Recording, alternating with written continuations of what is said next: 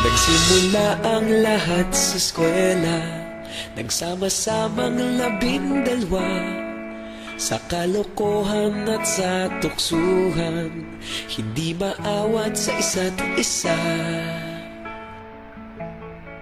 Madalas ang standby sa cafeteria, isang barkada na kay saya. Laging may hawak-hawak na gitara, konting udyok lamang kakanta na. Kay simple lamang ng buhay nun, walang mabibigat na suliranin. Problema lamang laging kulang ang datong. Sana napunta ang panahon? Sana nga ba? Sana nga ba? Sana napunta ang panahon? Sana nga ba?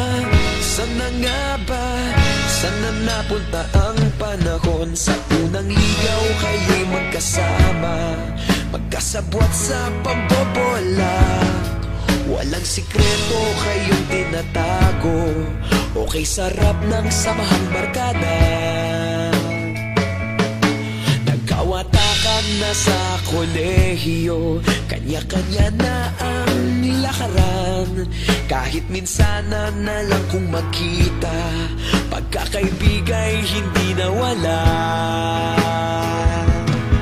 At kung saan na napadpad ang ilan, sa dating eskwela meron din naiwan. Meron pa ng mga ilang nawala na lang, nakakamiss ang dating samahan.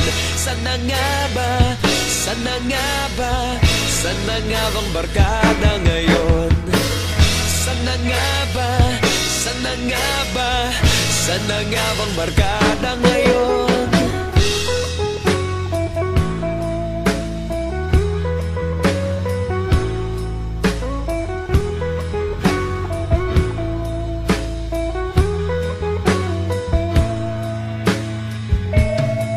Ilang taon din ang nakalipas, wala pa sa aming tatay na nagsusumikap upang yumaman at guminhawang kinabukasan.